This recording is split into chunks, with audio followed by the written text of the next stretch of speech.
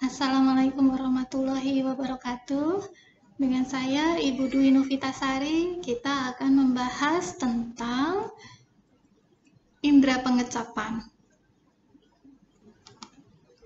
Tujuan pembelajaran kali ini diharapkan setelah mengikuti pembelajaran, mahasiswa mampu menyebutkan organ dan bagian-bagian dari indera pengecapannya, kemudian fungsi dan fisiologi dari sistem indera pengecapan. Bagaimana kita bisa mengenali rasa asin, asam, manis, pahit, sama satu lagi ada klasifikasi rasa yang baru menurut teori dari ahli Jepang, ada rasa umami, rasa gurih, rasa enak. Kita ketahui bersama rongga mulut ini dianggap sebagai cerminan kesehatan umum seseorang. Ketika kita berbicara dengan orang lain, tetapi melihat orang hygiene-nya buruk, kita akan merasa sungkan, ya. Tapi kalau senyumnya indah, kesehatan mulutnya bagus, oral hygiene-nya bagus, maka kita akan menganggap, oh, dia orang yang bersih, dia memiliki kesehatan yang baik. Nah, organnya dari sistem pengecapan adalah lidah. Lidah merupakan salah satu organ saja di dalam rongga mulut yang paling peka terhadap perubahan yang terjadi di dalam tubuh. Organ lainnya di rongga mulut ada apa? Ada gigi gerigi, ada tonsil, ya, ada kelenjar-kelenjar. Nah, pada dasarnya permukaan lidah adalah daerah yang paling banyak terpapar oleh iritasi dan keperluan dasar hidup sehari-hari seperti makan dan minum. Lidah sebagai indera pengecap ini mempunyai beberapa fungsi, antara lain membantu proses pengecapan dan perasa, bisa bergerak sehingga bisa mengatur letak makanan ketika kita mengunyah, membantu mendorong makanan, ya, menelan makanan, mendorong makanan bolus yang sudah lunak untuk masuk ke dalam faring, jadi dari mulut masuk ke faring untuk sampai nanti ke lambung. Lidah juga membersihkan mulut serta alat bantu untuk berbicara.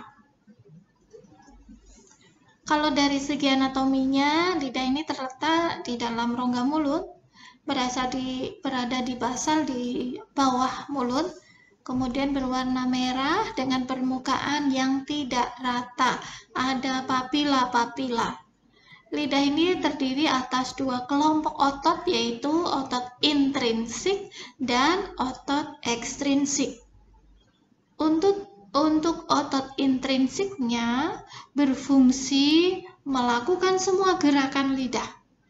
Kalau otot ekstrinsik berfungsi mengaitkan lidah pada bagian-bagian sekitarnya serta membantu melakukan gerakan menekan makanan pada langit-langit dan gigi, kemudian mendorongnya masuk ke faring.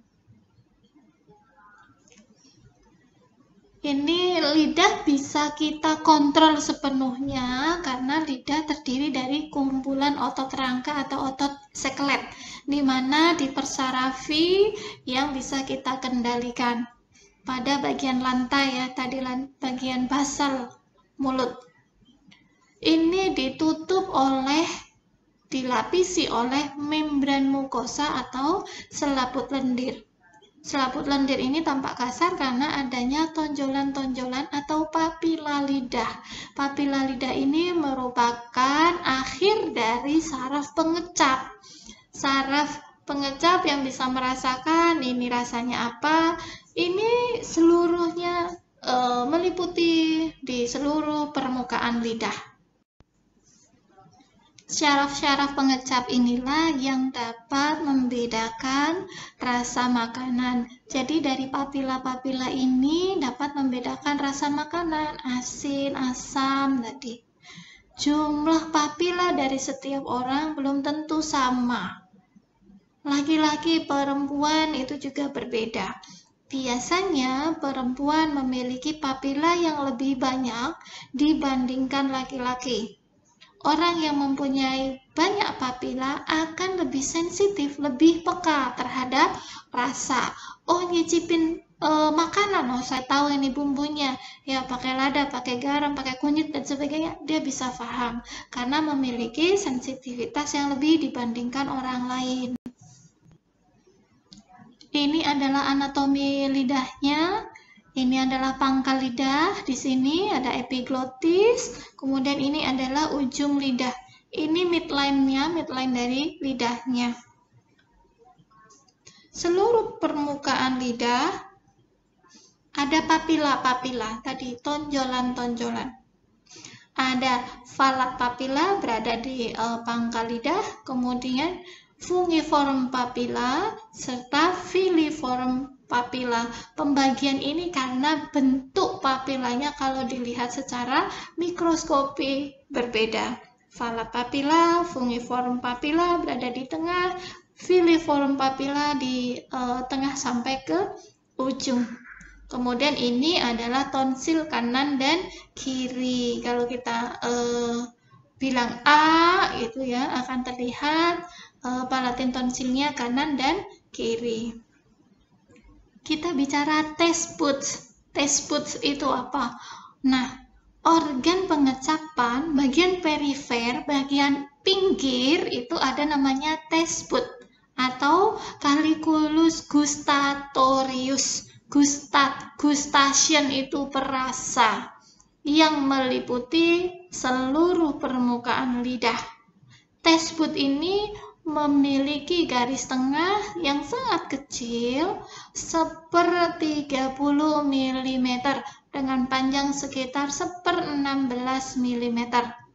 Taste bud ini apa? Itu adalah sel epitel di mana telah mengalami modifikasi. Beberapa di antaranya disebut sebagai sel sustentakular dan lainnya bisa juga disebut sebagai sel reseptor. Jadi taste bud ini adalah sel reseptor yang bisa merasakan rasa, membedakan rasa. Sel-sel reseptor ini terus-menerus digantikan melalui pembelahan secara mitosis dari sel-sel epitel di sekitarnya dalam waktu paruh sekitar 10 hari. Jadi reseptor rasa kita setiap 10 hari itu mereka diregulasi, diganti. Bentuk dari taste buds ya, ini saya tunjuk. Ini kalau pembesaran dari taste bud, ini adalah permukaan lidah tadi yang diliputi oleh lapisan mukus. Di permukaan lidah ini ada bentuk-bentuk papilanya. Ya, ada papila yang besar, falat papila, kemudian filiform papila karena dia punya fili, rambut seperti rambut ya. Kemudian fungiform karena dia seperti jamur, fungiform papila. Jadi karena bentuknya ya, papila lidah. Di dalam papila ini ada taste bud. Taste bud itu tadi reseptor ya. Kalau kita perbesar bentuknya seperti kantong. Buds kantong, ada porus itu adalah lubangnya di mana ada molekul yang masuk ke sini sehingga kita bisa merasakan oh ini manis ya. Kemudian ada gustatory, hair, rambut ya, rambutnya gustatory, rasa pengecap, gustation, gustatory sama saja. Kemudian ini adalah badan selnya, ini basal selnya, basal sel adalah sel bagian bawahnya, diteruskan ke saraf sensori yang akan nanti sampai ke otak. Di sekitarnya di sini ya, berarti di sekitarnya adalah sel-sel epitelium sebagai penyokong, ada stratified squamous epithelium. Kekasan dari sel reseptor gustatory ini ditentukan dari papila, di mana taste budnya bukan berada dari bukan bagian dari nervus yang menginvasinya. Taste bud ini memiliki beberapa tipe reseptor rasa yang memiliki silia. Tadi silia atau hair atau rambut. Setiap tipe ini akan mendeteksi satu jenis rasa dari 5 rasa dasar. 5 rasa dasar tadi saya sudah sebutkan, ada asam, ada asin, ada manis, ada pahit, dan umami. Seluruh rasa ini dapat dirasakan oleh seluruh permukaan lidah, tetapi satu jenis rasa akan lebih sensitif pada daerah tertentu. Mungkin kalian sudah paham, yang depan itu lebih sensitif apa? Kemudian bagian samping juga lebih sensitif apa? Mari kita pelajari. Ujung-ujung luar dari taste bud tersusun di sekitar taste pore yang sangat kecil. Tadi kita lihat ada taste pore, ada lubang ya, tempat masuknya molekul untuk bisa dirasa. Dari ujung-ujung setiap sel, mikrofili menonjol keluar menuju taste pore dan mengarah ke rongga mulut. Mikrofili ini dianggap memberikan permukaan reseptor, memberikan permukaan yang lebih luas pada reseptor untuk pengecapannya. Ini bentuk dari taste bud juga. Ya, tadi ada taste pore, ada kantongnya, kemudian ada taste pore-nya. Ada lubang untuk merasakannya. Di sini ada reseptor perasanya, sel reseptornya, kemudian ini adalah sel-sel penyokong di sekitarnya. Seluruh ini adalah taste bud. Di sini adalah permukaan dari lidah yang tadi diselimuti oleh lapisan mukosa. Di sini di basalnya, di bawahnya ada serabut saraf sensori.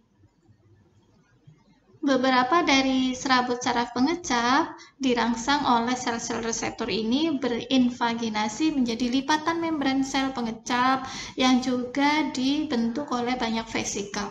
Vesikel inilah mengandung substansi neurotransmitter. Neurotransmitter ini digunakan untuk pola komunikasi dengan sel saraf di bawahnya, di base membrannya.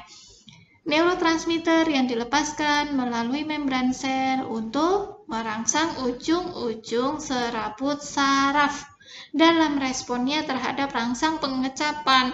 Ketika serabut saraf sudah menangkap neurotransmitter, terjadi perubahan potensial aksi, maka informasi rasa, oh saya merasakan manis, akan sampai ke otak. Selanjutnya kita belajar tentang persarafan di lidah. Jadi lidah itu dipersarafi oleh 3 saraf. Ada saraf fasial atau nervus cranial ke-7, nervus glosopharyngeal itu cranial nervus ke-9, serta syaraf atau nervus vagus yaitu cranial nervus yang ke-10. Jadi ada nervus ke-7, 9, dan 10. Dari jalur saraf pengantar ke otak ini, kalau nervus fasial yang ke-7 itu melalui 2/3 anterior lidah. Jadi mempersarafi 2/3 lidah bagian depan. Sedangkan untuk nervus 10 itu dari faring sampai epiglotis. Dari proses menelan sampai epiglotis. Epiglotis itu yang menutup jalur ke esofagus ataupun jalur ke faring ataupun jalur ke laring, ke lambung atau ke paru-paru. Sedangkan untuk nervus 9 itu mempersarafi 1/3 lidah posterior, jadi 1/3 lidah bagian dalam. Bagaimana jalan kerja impuls pengecap dari lidah sampai ke otak? Impuls menyebar sepanjang nervus fasial dan dari 1/3 posterior lidah menuju ke nervus glosopharyngeal. Impuls dari daerah lain selain lidah akan berjalan melalui nervus vagus. Impuls di ketiga saraf itu ya fasial, kemudian glosopharyngeal dan vagus ini akan menyatu di medula oblongata di bagian otak. Medula oblongata untuk masuk ke nukleus tractus solitarius. Selanjutnya, akson berjalan membawa sinyal dan bertemu dengan lemniscus medialis, kemudian akan disalurkan ke daerah insula. Impuls akan diproyeksikan, akan disampaikan ke daerah korteks cerebrum, korteks cerebri di poscentral gyrus, di dekat otak tengah, ya, gyrus, garis pemisah otak kanan dan otak kiri. Kemudian dihantarkan ke talamus yang akan memberikan persepsi pengecapan yang dirasa. Jadi pusat kontrolnya ada di talamus, pusat kontrol pengecapan. Seluruh rasa ini dapat dirasakan oleh seluruh permukaan lidah. Tapi ingat, bagian-bagian lidah itu menjadi lebih sensitif terhadap rasa tertentu. Ada 4 rasa primer. Pada awalnya kita mengenal manis, asam, asin, pahit. Sekarang mulai muncul rasa tambahan, rasa kelima yang diidentifikasi disebut sebagai rasa umami. Ini dominan ditemukan pada struktur L-glutamat. L-glutamat itu adalah asam amino. Dari rasa manis, beberapa jenis zat kimia ini bisa menyebabkan rasa manis. Contohnya apa? Yang mudah, gula, glikol, alkohol, ya, asam amino, asam sulfonat, halogen, garam organik, garam anorganik dari timah hitam dan berilium. Hampir semua zat yang menyebabkan rasa manis ini merupakan zat kimia organik. Nasi, gandum, buah, zat kimia organik. Satu-satunya zat anorganik yang menimbulkan rasa manis adalah garam-garam tertentu. Tadi garam anorganik dari timah hitam dan berilium. Untuk rasa asam, ini disebabkan oleh suatu golongan asam, konsentrasi ion hidrogen H+, maupun intensitas sensasi rasanya kira-kira sebanding dengan algoritma konsentrasi ion hidrogen. Kalau ion hidrogennya meningkat, maka rasanya akan semakin asam. Ya, oleh sebab itu, makin asam suatu makanan, maka sensasi rasa asamnya pun akan semakin kuat. Selanjutnya ada rasa asin. Rasa asin ditimbulkan oleh garam yang terionisasi, yang terurai, terutama konsentrasi ion sodium atau natrium, Na+. Kualitas rasa asin sedikit berbeda dari satu garam dengan garam lainnya, karena beberapa jenis garam juga mengeluarkan rasa lainnya di samping rasa asin. Ingat, ada di Indonesia adalah fortifikasi iodin di dalam garam, karena tadinya iodin itu rasanya pahit. Ketika kita tidak mengkonsumsi iodin, ya, maka bisa menyebabkan masalah paratiroid, ya, gondok. Nah, supaya orang Indonesia bebas dari gondok, itu iodin disubstitusi, difortifikasikan, dimasukkan ke dalam garam, sehingga beberapa rasa garam menjadi berbeda. Tidak asin murni karena ada tambahan iodin. Ada rasa pahit, ya. Rasa pahit itu seperti rasa manis, tidak disebabkan satu jenis agen kimia, tetapi zat-zat yang memberikan rasa pahit semata-mata hampir semuanya adalah zat organik. Pembagian kelas zat yang sering menyebabkan rasa pahit adalah zat organik rantai panjang yang berisi nitrogen atau alkaloid. Jadi banyak nitrogennya akan semakin menyebabkan pahit. Alkaloid terdiri dari banyak obat yang digunakan. Alkaloid sendiri banyak digunakan sebagai obat, intinya itu. Sehingga banyak obat yang rasanya pahit. Ada quinin, ada kafein, strychnine, dan nikotin. Yang terakhir ada rasa umami. Ini berasal dari bahasa Jepang yang artinya enak. Rasa umami mempunyai ciri khas yang jelas, berbeda dari keempat rasa lainnya, termasuk sinergisme pengikat rasa antara dua senyawa umami. Yang kita bahas tadi ada L-glutamat. L-glutamat dan 5 ribonukleotida. 5 ribonukleotida. Serta rasa yang bertahan lama setelahnya. Jadi, umami adalah rasa yang dominan, ditemukan pada makanan yang mengandung L-glutamat. Terdapat pada ekstrak daging dan keju.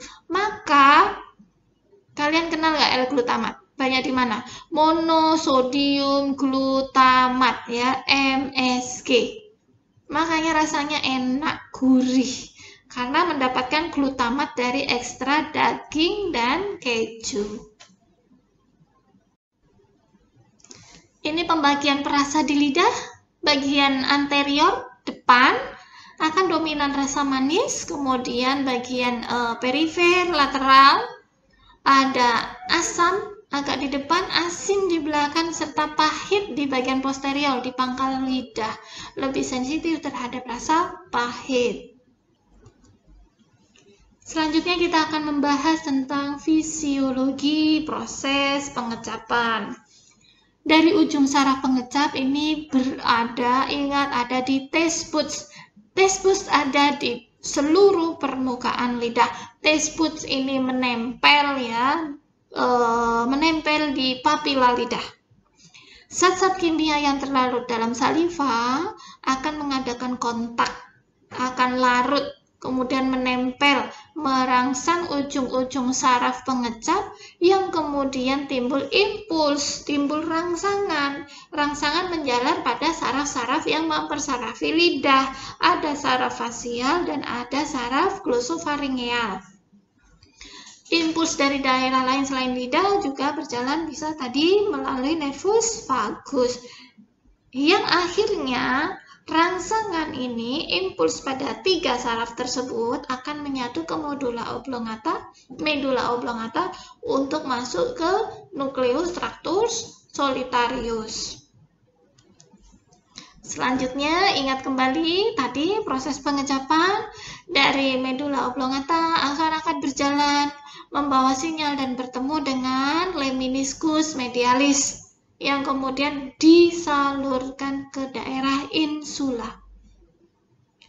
Impuls diproyeksikan ke daerah korteks cerebrum, ya, postcentral gyrus, kemudian dihantarkan ke talamus, dan sebagai endingnya, sebagai hasilnya kita dapat merasakan masakan. Rasanya apa nih makanan yang masuk ke mulut kita? Hitungannya detik, nggak sampai detik, ya. Minum air teh langsung kerasa manis, ya. Perjalanannya itu terasa panjang, tetapi itu kuasa, ya, kuasa Allah luar biasa. Ada beberapa gangguan dari indera pengecapan. Jadi indera pengecapan ini dipengaruhi oleh beberapa faktor. Ada usia. Semakin menua, sensitivitas rasa terhadap asin menurun. Ini menjadi masalah, ya, budaya juga. Ketika semakin menua, sensitivitas rasa asin menurun, sayurnya tambah asin, tambah hipertensi pada lansia. Kemudian suhu makanan. Suhu makanan yang ekstrim, yang terlalu panas, terlalu dingin, frozen, itu juga tidak bisa dirasakan oleh taste buds. Ada penyakit juga, penyakit-penyakit yang mempengaruhi rongga mulut atau penyakit sistemik itu bisa mempengaruhi. Gampang, stomatitis, ya. Orang dengan stomatitis akan terjadi gangguan pengecapan. Orang dengan flu, dengan batuk pilek bisa mengalami gangguan pengecapan. Orang dengan infeksi coronavirus itu juga penyakit THT, kan? Jadi bisa mempengaruhi pengecapan. Merokok, di mana-mana merokok buruk. Ya, merokok juga akan menyebabkan timbunan-timbunan tar, nikotin, itu akan mempengaruhi taste bud. Sirih serta oral hygiene yang buruk. Penggunaan sirih, penggunaan kapur menyebabkan aldehid pahit, ya. Maka sensasi yang lainnya juga akan terganggu. Anda habis gosok gigi, bagaimana minum air teh manis? Terasa nikmat? Tidak. Jadi berbeda, ya, karena ada gangguan rasa. Sirih, flornya juga mempengaruhi indera pengecapan. Oral hygiene yang baik tentu kita akan mengecap dengan lebih baik. Oral hygiene yang buruk, maka taste buds-nya juga akan tertutup, sehingga pengecapannya menjadi berkurang. Contoh gangguan rasa yang relatif umum terjadi pada populasi ada agusia. Agusia adalah hilangnya rasa sama sekali. Ini sebenarnya jarang. Kemudian ada hipogusia, hipo berarti menurun. Ini jauh lebih umum. Merupakan penurunan kemampuan untuk mencicipi 5 rasa. Kemudian dysgeusia. Ini biasanya ditandai dengan rasa busuk, asin, tengik, ataupun logam yang terasa menetap di mulut. Ya, dysgeusia. Kalau agusia ini sekarang lagi famous, lagi menarik, lagi sering terkenal karena COVID-19 menimbulkan sensasi agusia, tidak merasakan sensasi rasa. Itu yang dapat saya sampaikan.